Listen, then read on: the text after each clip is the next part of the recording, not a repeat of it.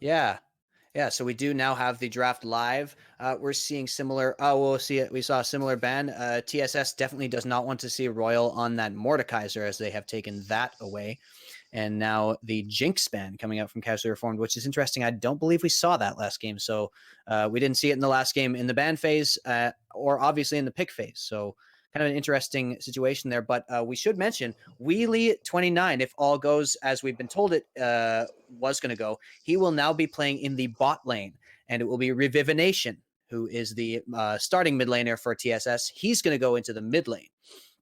And so potentially those bans are a result of Wheelie, who may be very strong on that Jinx. I haven't seen him play it, but I know that he is a very good ADC player. I don't see it in his most recently played champions in solo queue, but potentially they have seen something else that we haven't in scrims. So Echo and Silas coming through. TSS not interested in playing against that Echo, even though they were able to deal with it in the end.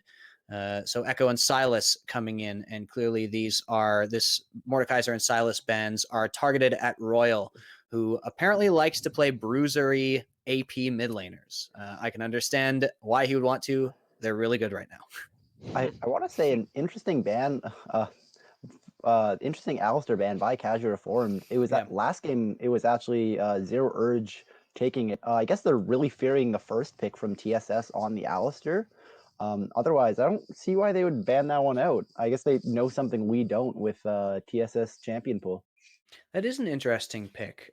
We do see Senna being hovered, and we'll see if they pick that. But yeah, I wonder about the Alistar ban. Yeah, like you say, it seems like they must know something we don't, because I can't quite make heads or tails of that. But Senna definitely a strong first pick at any point of the game, because no problem for Senna to go either in the support role, fasting Senna there, which is what we'd expect, or the ADC role, able to do a lot of damage there. So Jarvan now being picked up again for casually, or now Jarvan being picked up, I should say, for casually reformed. That they are wanting that early game pressure that the Jarvan provides. And they're going with the Nautilus as well, running back the exact composition that they just got beat by, potentially, as Nautilus locked in as well. So we'll see what Zero Urge can do now on the Nautilus instead of the Alistar. I can't help but think that was a mistake with the Senna already picked up. I feel like you have to pick the Tahm Kench. That gives TSS complete opening to pick the Tahm Kench. We'll see if they decide to go for it, but Tahm Kench Senna is much more of a disgusting lane than even something like a Xayah Rakan or something like that. They belong together in the same way that Xayah Rakan do. Oh, it's so good, that Senna Tahm Kench lane. We'll see if they pick it up. TSS might not be wanting to play something so passive. We've seen a lot of other engaged team comps from them so far, but it seems like it would be missing out on a huge power pick. Yeah, we've mentioned before that as the Zac does get locked in, we'll talk about that in a second. As we mentioned before, though, with these players, they hover around, let's say, they like high silver, low gold, low platinum sort of area.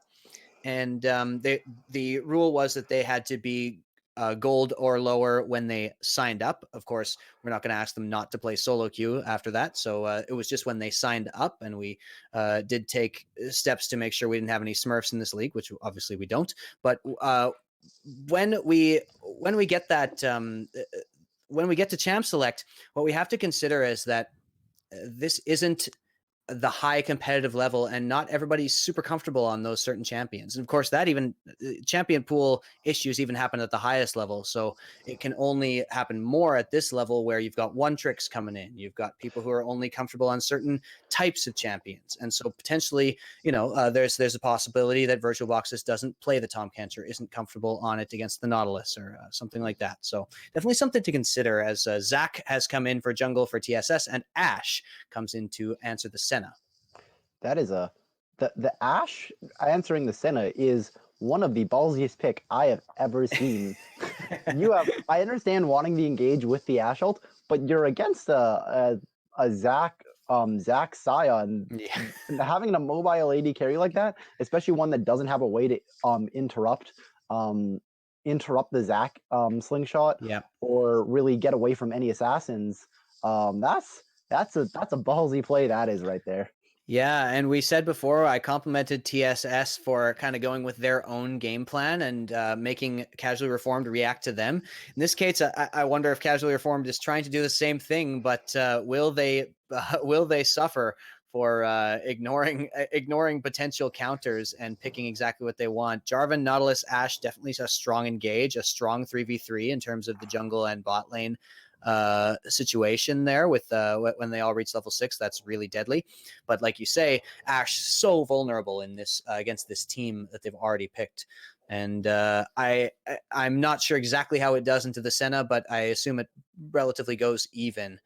Senna outranging Ashe by a little bit, as she outranges every AD carry in the early game. So Senna is just so strong. And in terms of that, it's kind of hard to pick someone to really counter her. But Cho'gath does come in, which we've seen a considerable amount of Cho'gath in the amateur league in particular. And, I'm not even sure where it's going to go. It could be top or mid. I'm leaning that it's going top as of this moment. It seems Cho'gath. It seems like AP Cho'gath rather seems a really out of place in their teams. So I'm leaning towards a top lane Cho'gath, like a full tank protect the Ashe kind of deal. Right. Going on, but it's the possible flex pick of the Cho'gath is very useful here. Yeah, it is useful, especially when you have picks still available, such as Aatrox, who I'm not sure Cho'gath would be super happy in that matchup. So hopefully maybe they can give that Cho'gath over to Royal. It would fit with the champions he has been playing. And Anivia being hovered, Anivia being locked in as a last champion, Wheelie29 going to play that Anivia. As you saw him getting targeted a little bit in the last ban phase, Vladimir and LeBlanc, both champions that I happen to know he plays. And Wheelie, we saw his we saw that he was very strong already in the previous game. And now that I've already said all that, I'm realizing Wheelie's playing ADC this game. So this is against Revivination. So he will have the Anivia and the Fizz coming in. Oh man, if you know me, Darren plays with me. He knows I love to play this champion, and it is so explosive and surprisingly strong in lane against someone like an Anivia. You can burst a lot of damage at level 3 with that corrupting potion going and with your electrocute. So I'm excited to see the Fizz, and that does indicate Cho'gath will be going into the top lane against the Sion, against the Aatrox, and Sion likely will be support. The support. Yeah. I didn't do the math quickly enough there in my brain.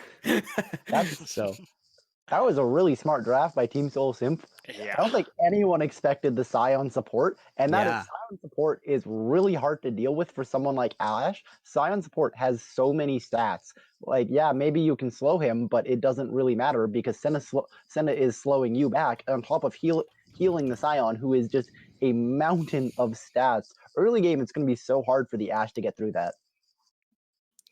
Yeah, definitely. That's a really good point. That was definitely and TSS now showing strength in draft. I think they showed it last game as well. Even though there was a little bit, there were some misplays there by Casually Reformed. I still think I still really enjoyed that draft from them. And this one, really deft, really cunning drafting strategies here. And we're gonna have to see how it pays off for them. But yeah, I love the Zach pick. I love getting that Aatrox matchup. Nobody on this team is able to solo deal with Aatrox if he gets strong. Just such a powerful pick. And I'm really excited to see what Blitzblades can do with that champion. Yeah, really strong draft for Casually Reformed for the first 3 picks. And the last 2 picks kind of just leave me scratching my head on this one. Not really. The Fizz, Cho'gath, really good at what they do. Fizz, hyper mobile, very hard to pin down. Cho'gath either one-shotting your AD carry, being full tank, or one-shotting your AD carry being full AP. Doesn't really seem to necessarily fit with the kind of more engage type champions they were drafting for the first 3 picks. So maybe they got a hidden, triggered my trap card kind of deal. Got a hidden strategy that we don't know about. Is what I'm kind of looking for. Yeah, exactly. Maybe. It's like you say, Jarvan, Nautilus, Ashe, you can see a clear goal. And Cho'gath Fizz, while I like the Fizz pick in particular, but it doesn't fit into that goal that there's no way, like you said, you would have predicted those two picks to come in after after that after that first half of the draft. So we'll see what they can do with it. Like you say, I really like the team comp from TSS. We'll have to see. So this will be Wheelie playing the Senna and VirtualBoxs on Sion, and that indicates the fasting Senna build coming in there, which is still viable even on this patch. Riot slowly nerfing it, as it was way too strong before. Still absolutely viable. And just to remind everybody who may not be familiar with the current League of Legends meta, that is Senna taking a support item and Sion doing the actual farming, Senna picking up those souls that drop and give her stats every time a minion is killed near her. So she is getting stats while not having to finish the farm, and she focuses on the poke, and she focuses on dealing damage to her lane opponents, while Sion takes the farm, gets way stronger than a support Sion normally would, and is able to, yell cowards at anybody he pleases during the game. So we are just waiting for these players to be ready, and they did use Pro Draft, as you see, to select these champions. So they will be getting into their actual draft, where they quickly run through the champions they have picked, and then we'll get into the game in just a few minutes. I'd like to talk quickly about the Cho'gath. It's something that we haven't talked about that pick yet. We talked about eating ADCs, which we know he does terribly well, but he also eats dragons and barons. Do you think that's part of the strategy here to make sure that they get those objectives? Kang, I'll send that one to you. I don't think they chose the Cho'gath for the objective securing. They did have a lot. Actually, they had most of the objectives in the early game, aside from one Herald and eventually the Baron. So I don't think they had a problem with securing objectives enough for the Cho'gath to be, a priority pick for them. I certainly think that they chose Cho'gath as another one of those stat stacking champions with his ulti being able to stack up so much health and being able to soak a lot of damage for his team. Yeah, and was like you said before, Stefano, the Zac and Sion very able to get onto the Ashe, but actually now that they've finished off their draft, they don't have a super effective way of dealing with Ashe in the backline if they can't, find Anivia crowd control onto him. If it's just the Zac going in and the Sion going in the late game, you may lack the damage. And so the Cho'gath, like you said, very able to peel for the Ashe, and it's a little bit hard for their team to get on them. I'm still worried about the lane matchups. I really worry about Aatrox into any of these champions. He's just going to be so hard to deal with. But they will be able to more or less protect the Ashe pretty effectively, I think, in this composition, and hopefully they can leverage that into some strong late game team fight damage. I think in general, I would say if this game goes to the late game dream like this previous game did, I think Casually Reformed may have the upper hand here, just because of that Ashe outputting more damage than really anyone on TSS is able to replicate. Yeah, you saw Ashe recently, just this patch got buffed from 40% bonus attack speed to 60% bonus attack speed on the Q. She is going to go through the Zac and the Sion so quickly. As long as she can stay alive in the late game, it's pretty much GG for Casually Reformed. Yeah, Fizz now coming in, not exactly fitting into that plan, but definitely Royal was focused in this draft phase. Mordekaiser, Silas, Syndra, even potentially Echo, all targeted probably at Royal. And so he is having to go further down his list of champions. Didn't pick the Lissandra, which honestly, I'm not sure why. I think adding that second Ice Queen into this composition really could have worked. But Fizz coming in, and he wants to pop off, man. So we'll see what Royal can do. He's popped off in this league already before, and we'll see if he can be the star carry as they scale towards that late game Ashe damage. I want to ask for you guys' predictions. I just want to mention to everybody that I correctly predicted game 1, and I'm gonna give myself a little pat on the back for that one right there. And in this game, I'm gonna switch it up. I think Casually Reformed, even though they do have a bit of a questionable pick there with the Cho'gath, I like the Jarvan Nautilus Ashe combo. I like their late game scaling. I think this game is likely to go to late game, and so I think Casually Reformed is going to take it. Yeah, I gave the, I think personally I liked Casually Reformed's draft last game, and I gave them the edge. But I think I'm gonna have to go with Team Solo Simp here. I like their draft slightly more than Casually Reformed. They have a lot of beefy frontline tanks and a lot of long range coming from that Senna. So I think Team Solo Simp are going to close out the series. I gotta agree with Kang again. I'm sorry, Wes. I feel like we're always against you. But hey man, this is the strategy. I gotta pick the opposite of you and then get those margins, man. I feel like TSS, although shown to have the weaker have the weaker rotations in the early game, seem to be way more together in the late game than Casually Reformed did. We'll see if Casually Reformed can kind of fix up their late game shot calling. It seemed all over the place last game, so I question putting so much faith in a late game carry Ashe like that, but I guess we'll see. I'm going for TSS, but it's kind of like a 55-45 kind of thing. I'm not 100%. I'm kind of fence sitting like a jerk a little bit. Hey Darren, hey new kid. Yeah. You want to even it out, or you gonna gang up on me? You know what, man? I've given it a lot of thought over the last 3 minutes, and I think I'm gonna go with Casually Reformed here as well, actually, and not just because Wes and I have been friends for like 10 years. I think that even last game, I do think that they were better at getting objectives last game. I'd like to see that again. Wes was really putting the Cloud Drake up on a pedestal. I think that ultimately, in my opinion, what it did last game was give them obviously better movement speed, better initiation, especially for the Lucian, for him to when he uses his ult to be able to manage that better. It kind of just gave them more of what they already, a little bit more of what they were already really rich in. I think if they get lucky this time and get an Infernal or an Ocean or basically anything but a Cloud, I think that maybe it could go a little bit different, more in their favor. If they can also not, as Stefano said, a little bit better shot calling later in the game. So I'm going to go with Casually Reformed as well, and we'll see if we can take this baby to game 3. There we go. That's part of the reason is some wishful thinking. We have not, besides our little exhibition game in which I totally carried on the Sejuani and then totally failed on the Olaf and Kane in the previous Casually Reformed game, which was not an official match, of course, because they had to take forfeit. The opposing team had to take a forfeit on this one.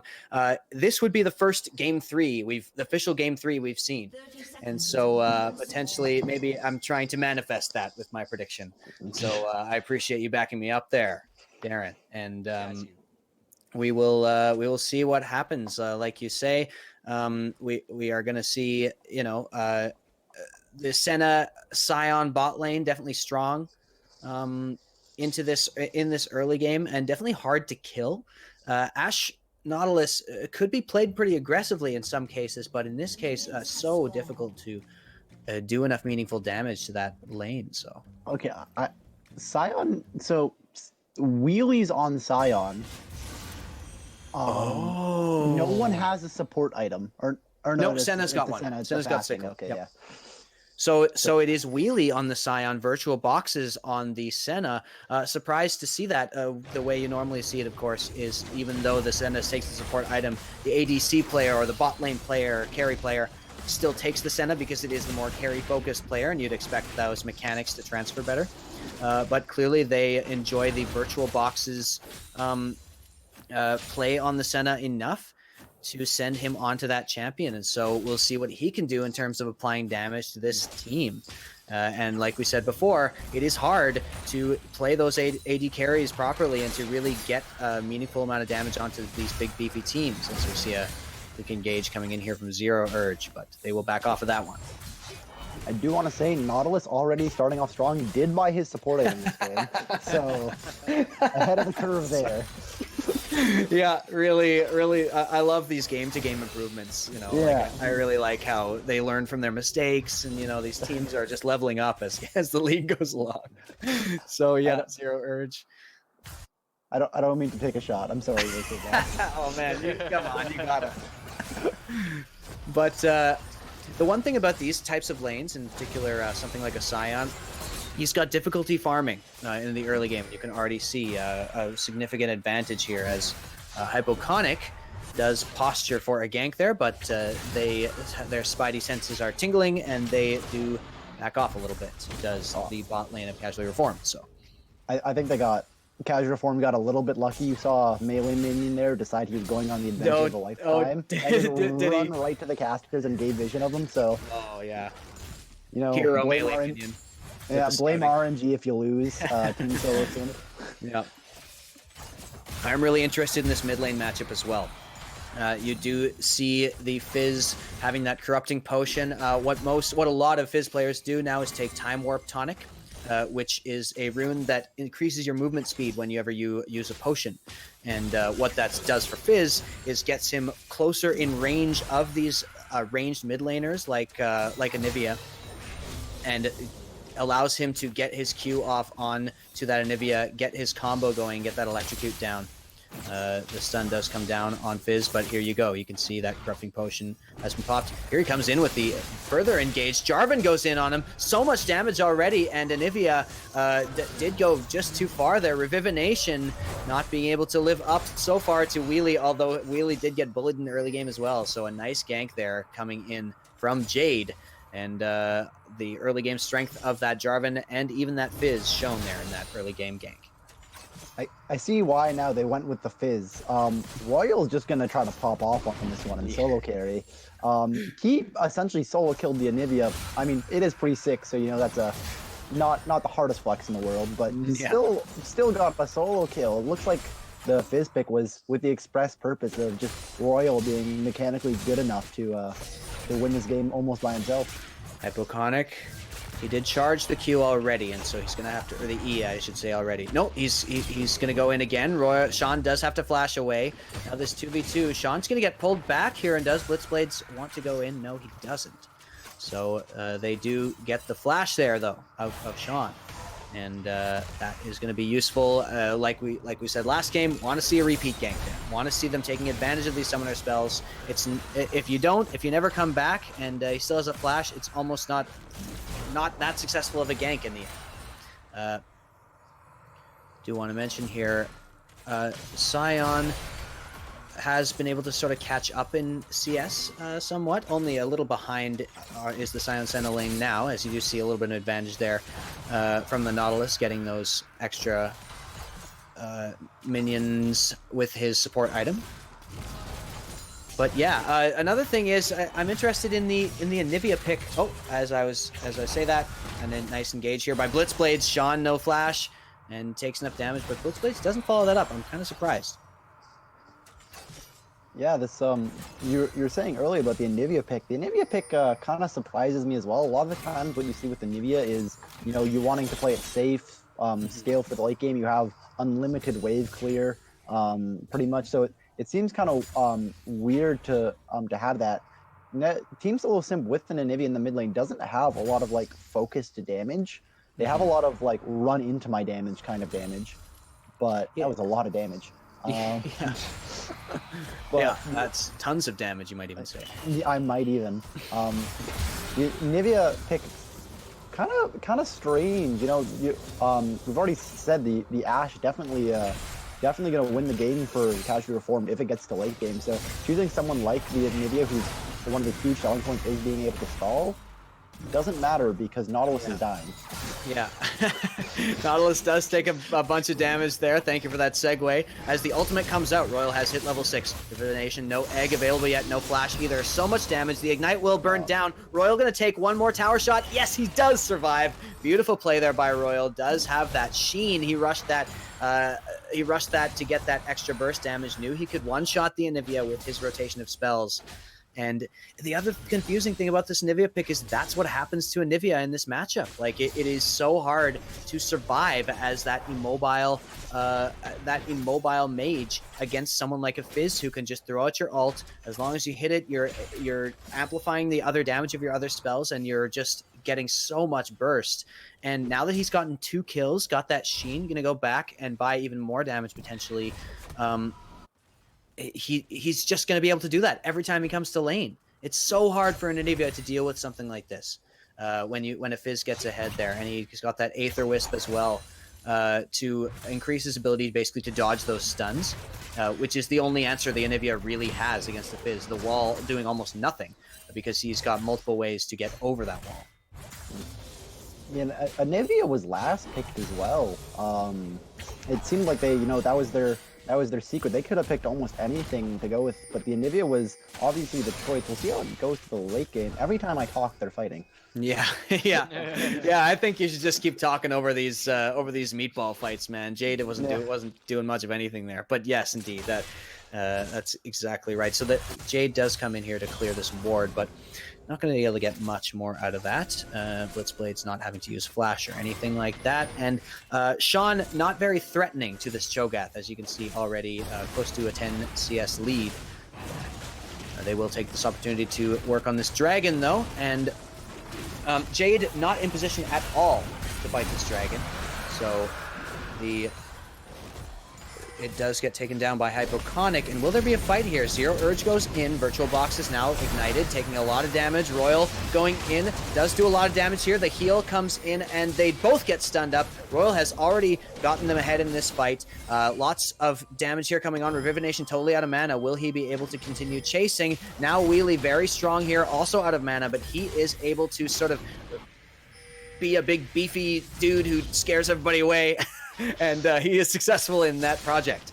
And so that is all they'll be able to get out of that fight. That's another kill going over to Casually Reformed, though, as Fizz continuing to pop off. Yeah, and TP coming in from Blitzblade after the objective has already gone down with nothing to gain. Yeah. Questionable one there, but they do end up getting Casually Reformed to back off. So I suppose you could say it was worth. Yeah, you might almost think it was even just too late for that. Like they were kind of already backing off, but he had already channeled it.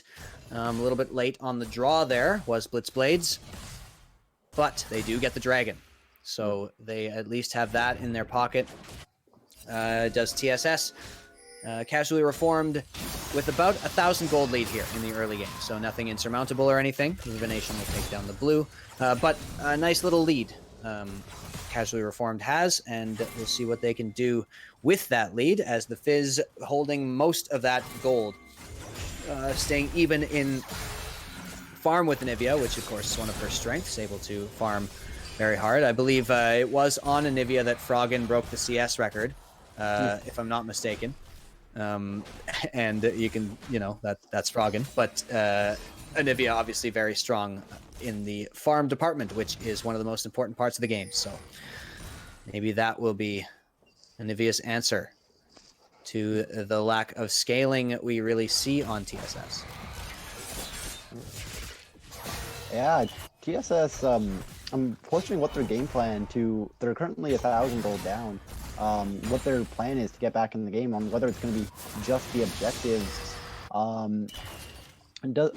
Zach with a 0-0-0 scoreline, 11 minutes in. It doesn't seem like they're necessarily trying to go hard, focus the early game. So really questioning on what trick they have up their sleeve to win this game. Yeah, you got to really hope they don't just kind of fall over with not getting an early game lead.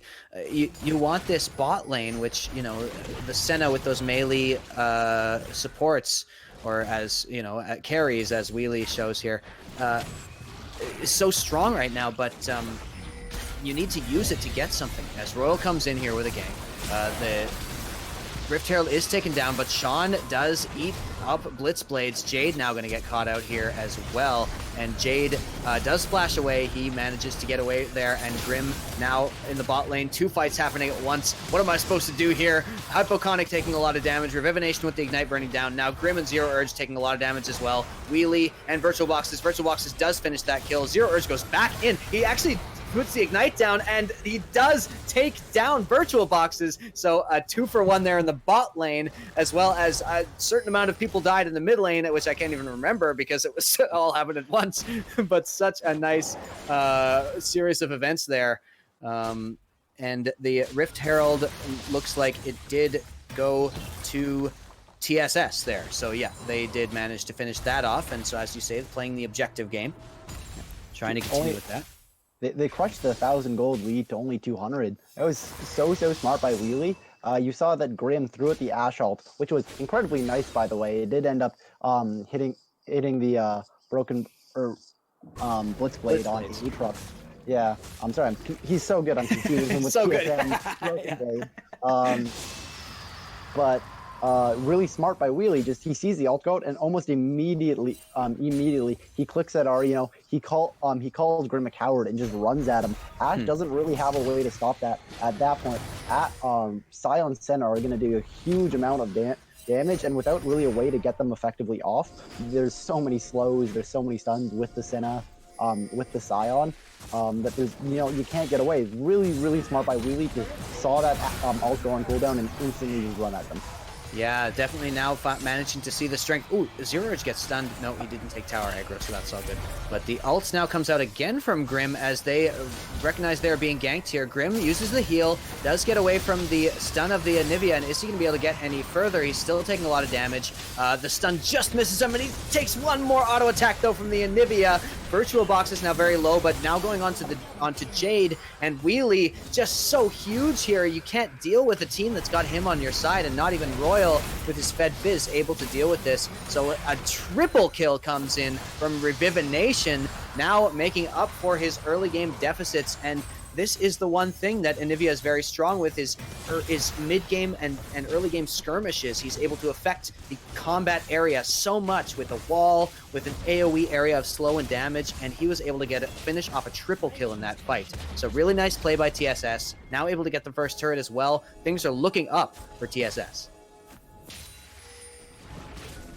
Yeah, that was a really smart play by the Revivination to TP in that. You saw almost as soon as the fight, people were dabbling around, you saw the TPs come in, and it was only at that point that Royal started to roam. Royal, if you have so many kills as Royal does, 202, he's got 80% kill participation.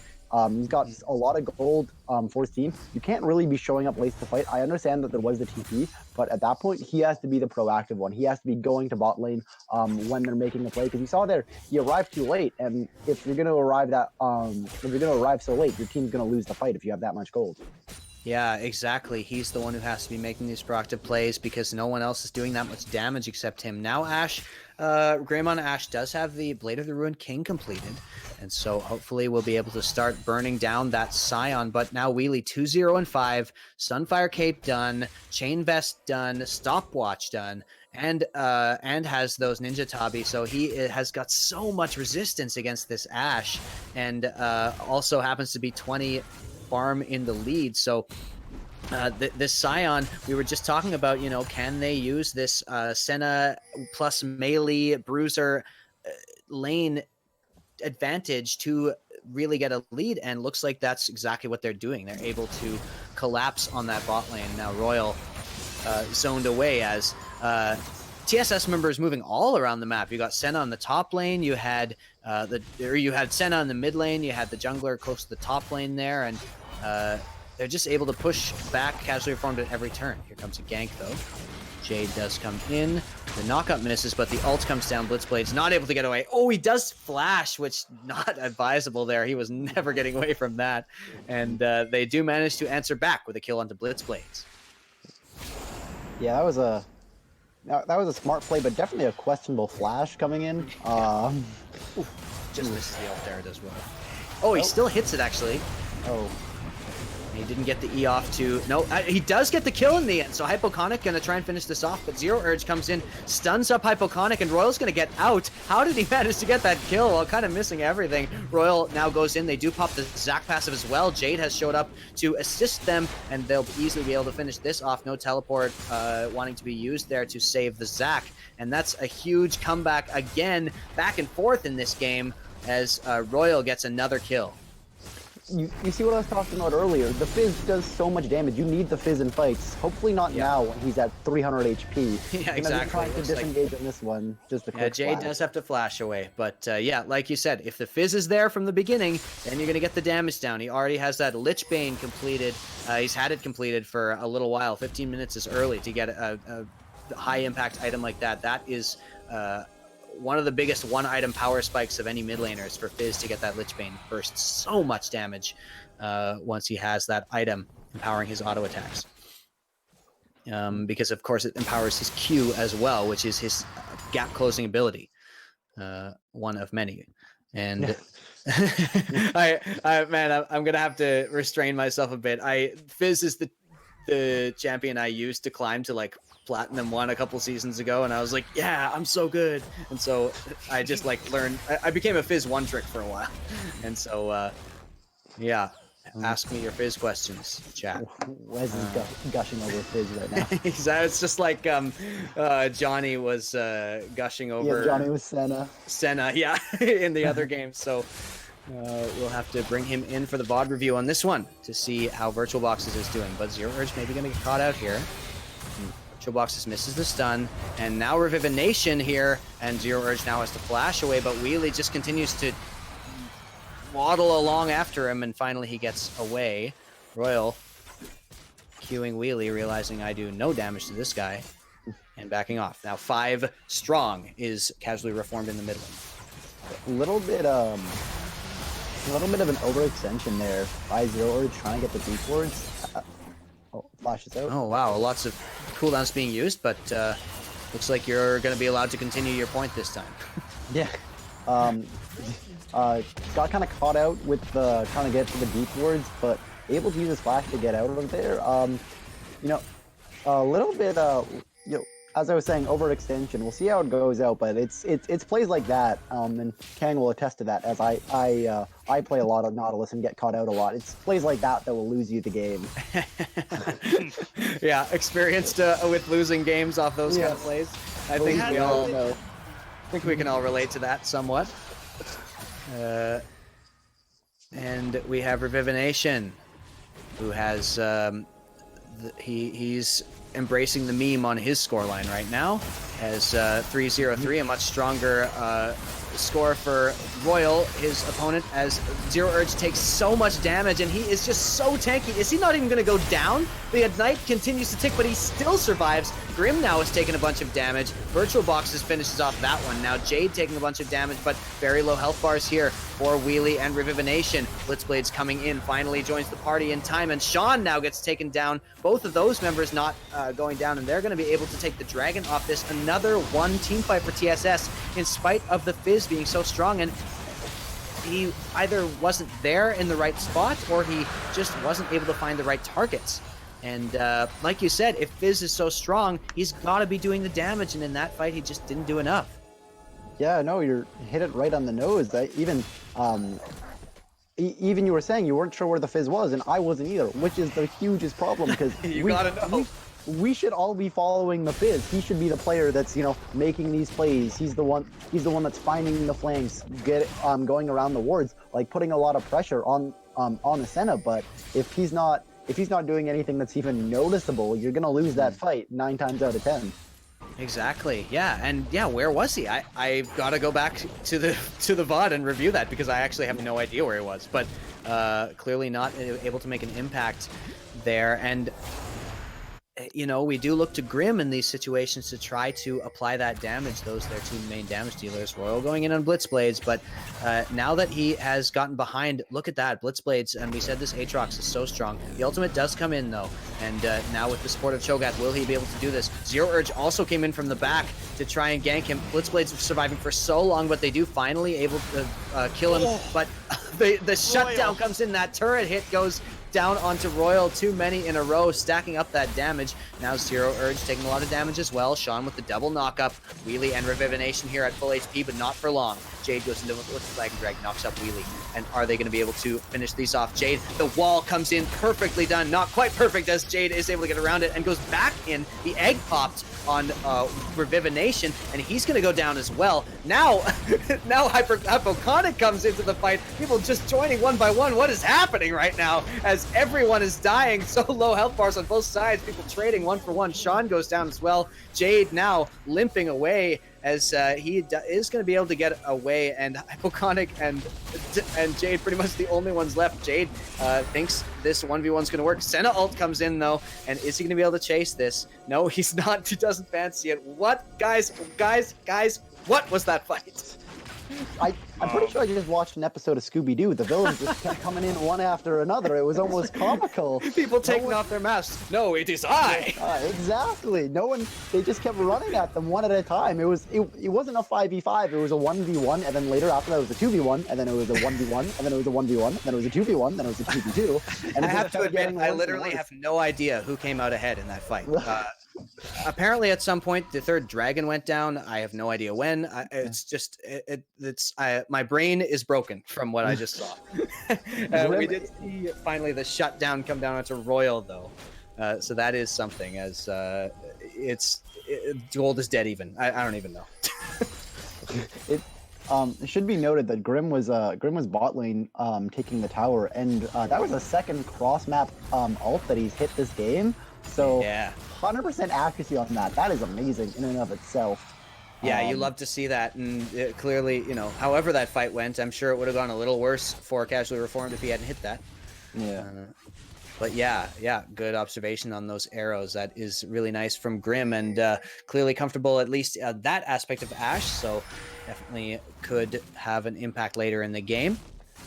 And yeah, like you said, he has 2 assists from that fight, even though he wasn't even there, just from the AoE damage coming out of that arrow. As Royal now has finished the Sorcerer's Shoes, and he has the Lichbane as well. Now, likely, well, it's hard to know what he's working towards, but it could be something along the lines of a Void Staff. And 5-3-1 now on Revivination. After that triple kill and after that other fight, knockup does come down here from the Cho'gath. And his teleport almost available, so we'll see what kind of cross-map plays they can make happen. Blitzblade's teleport with a cooldown to match, so lots of damage coming in again on Zero Urge, has to flash away, but they will back off. Dragon coming up next minute, and we're going to see both of these teams start to move over. That Mountain Soul on deck for TSS this time, a reversal of roles. And it's funny because I easily see a situation where the team with Dragon Soul could lose here, as it looks like TSS is going to take the Dragon Soul, but Casually Reformed ahead in gold and still have that Fed Fizz, as well as 5-2-0 on the Cho'gath. And he's got a couple of big items stacked up already as an engage happens in a very tight choke point here. Wheelies are so tanky here, and Zero Urge now taking a lot of damage. Hard to tell exactly what's going on. Now Grim, he did get jumped on there. Sean now very low as well, but the ult comes in from Royal, not able to do enough damage though to Blitzblades, who is ticking down, but Sean now goes down as well, and Royal's gonna have to get away. JaDe goes in with the huge knockup, but he's way too late. There's just nothing he can do here. Revivination now beating him away from the fight, as the Mountain Drake now being started, and aside from a miracle play from JaDe, no, now the Anivia wall even takes that opportunity away. Wait, JaDe goes in. Is he going to be able to steal it? He's taking so much damage. He does steal it! They deny the Mountain Soul for the next few minutes, and that is such a hero play by JaDe. What a play! What an engage! He got there, so they should have focused it down. That Anivia wall bought them enough time, but oh man, I love to see a dragon steal. JaDe keeping the hopes alive of Casually Reformed. Without the soul, they almost for sure lose. Will go on to lose the game. It's a Mountain Soul on a team that has a Sion, Zac, Aatrox, and even Anivia builds a lot of HP. That Mountain Soul is going to be huge as the Baron is started up here by Team Solo Simp. Yeah, Zero Urge now in the front lines once again, taking so much damage. It takes forever to kill him, but look at Grim firing it down on Wheelie. He was hitting him for so long and barely did anything. Actually, now he does land the ult. Now Wheelie down to half HP.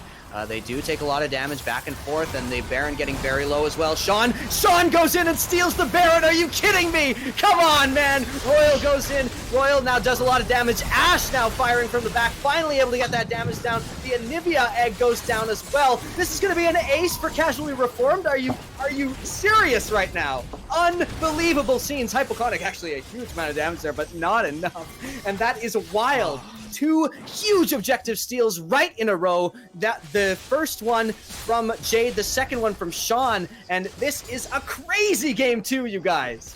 I said it last game, and I'll say it again. That's the TSN throwing point. You don't need to keep hitting the Baron. You need to kill the person that has 1,000 damage smite right now. And at the Dragon, when he jumps in the pit, stop hitting the Dragon. Just hit the jungler over and over with a huge swing like that. Now that truly put Casual Reformed back in the game. Very exciting scenes here, but I got to agree with you, man. That should not have happened.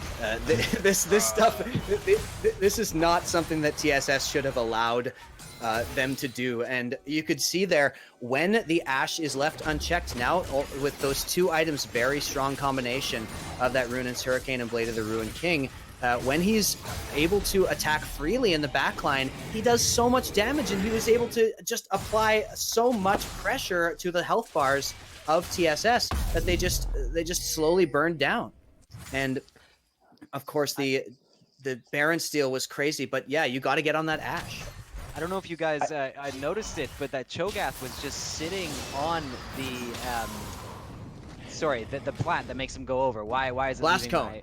The Blast Cone. He was just sitting there the whole time, a full health Cho'gath, and let the Nautilus just like posture awkwardly with them, and then just jumped in and nummed it. It was great. So cool. The whole Nautilus engage, exactly as you say, was just a distraction so that they wouldn't ward over the wall to check if that Cho'gath was there. And like you said, he didn't even need flash.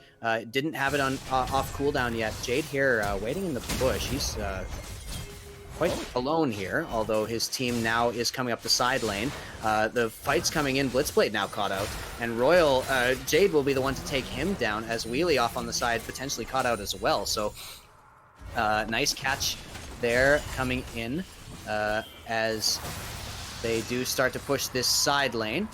And yeah, we do see a 5v4 with Baron. Are they going to defend this turret? It's very hard to defend, and the Cho'gath knockup does come down as they're gonna push here. Oh, huge burst coming in onto VirtualBoxs. They one-shot him. Actually, JaDe does manage to take that. Royal taking a bunch of damage here, and Zac, we're just waiting for his escapes to come down. The Guardian Angel is popped here on JaDe, and he's gonna go down here. And so that's a shutdown coming in. That's actually pretty good, because basically a 1-for-1 trade there, which is more than you can generally expect from TSS in this point of the game. So Royal going in for that flank, like you mentioned before, that is what we want to see, but they do sacrifice. They went just a little too far, and they bit off a little more than they could chew in that situation. Yeah, mistimed it a little bit. If he had been there, if he'd been diving when the minion wave crashed, he could have ran up to the rest of his team. Unfortunately, the minion wave wasn't there. He had to run in a really awkward direction, and got punished for it, with the Jarvan both getting his GA popped and going down. Yeah, they did manage to take out Blitzblades earlier as he got caught out there. So it did sort of end up being a 2-for-1, but definitely a bit of an overzealous play there by Casually Reformed, as the Mountain Dragon is spawning, and this is a second chance for TSS to secure that Mountain Soul, which, as you were mentioning before, so strong on this team and so strong, so frustrating to play against as a Fizz who's trying to one-shot people. It's literally the opposite. It's the worst thing. It's the worst Mountain Dragon, the worst Mountain Soul, the worst Dragon Soul against a Fizz. He does go in though. They're going to fight over this dragon before it even spawns. Now Revivination taken very low. Royal goes golden. Sean goes in, flashes in. He's going to go for that Cho'gath ultimate, takes down the Anivia. Now the fight continues as members are very low on the outskirts of the map. Now Zero Urge going in. Revivination not able to wall them off, but they are going to take a lot of damage here. Grim does have his Guardian Angel popped. Blitzblade going in, doing a lot of damage here. He's Aatrox, and he is healing up so much right now. Grim not able to get in on that fight, not able to do damage, and TSS comes out the victor of that fight with a 3-for-1. So they're going to be able to secure this Mountain Soul. And somehow, even after all this great play by Casually Reformed, it hasn't been enough to put them in a position to win these team fights as TSS is coming back again. I counted the amount of auto attacks from the Ashe against the Sion that fight. There was 19 of them, and Sion didn't die. Yeah. Sion has the full liberty of building nothing but armor because there's no like consistent.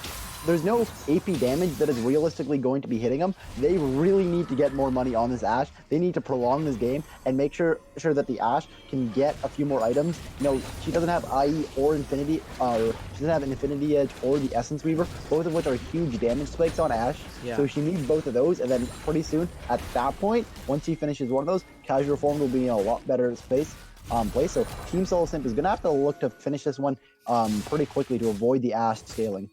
Yeah, he does need that, but the other thing is you need that mortal reminder, I might almost say. You know, this team, you saw the healing from the Aatrox has completed that Death's Dance. Now Zach as well scaling really nicely into the late game with that Spirit Visage.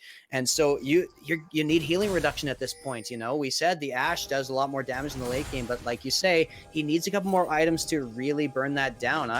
I really appreciate you counting the auto attacks because that just makes it so clear exactly, you know, how dire this is still for Casually Reformed and how much further they still need to go, even with some huge plays by JaDe and Sean on those objectives. So. GA third item was I want to say that is the discount, the second place winner for TSM throwing point. Yeah, that's no good. It's really this, you know, the saying is you can't do damage when you're dead, but like if you look at this game, you can't do damage. Yeah, you can't do damage at all. So yeah. And as another engage does come in, a huge knockup coming in from the Zac. JaDe goes down once again. Sean is going down. Sean is very close to going down. Royal, the only one alive, not able to affect this fight at all. He is getting away. He has to go golden here, and there's just nothing he can do. The stun comes down. VirtualBoxs does take a bunch of damage, but is able to heal that back up. That's a 5-for-1 clean ace for the side of TSS, and you can already see Revivination has teleported to the bottom lane and is pushing. He's going to get that inhibitor. And the death timers are so long here. Zero Urge not up for 9 seconds. The rest not up for over 20 seconds. He's going to easily get that inhibitor. They're probably going to be able to get this mid lane turret after taking down the Baron. And what a huge swing here for TSS. Casually Reformed just is not able to keep this Ashe alive. They're not able to do the damage they need to do. And the Fizz just not doing meaningful damage to these tanky, Mountain Soul imbued members of TSS right now. Yeah, it's going to be looking real hard for Casual Reformed to come back. TSS has now both the Soul and the Baron. Ashe still doesn't have, you know, a third damage item. On top of that, doesn't have an IE or Essence Weave, which, as I said, huge damage. Like, doesn't have any crit. Yeah, it doesn't have any crit, and more importantly, he doesn't have any armor shred. Like, he's got the percent health damage from the Sion, but I actually think the only damage she's doing to Sion is the percent health damage. Like, there's no other damage. She could have 0 AD, but that percent health damage, and she'd be doing the same damage to the Sion.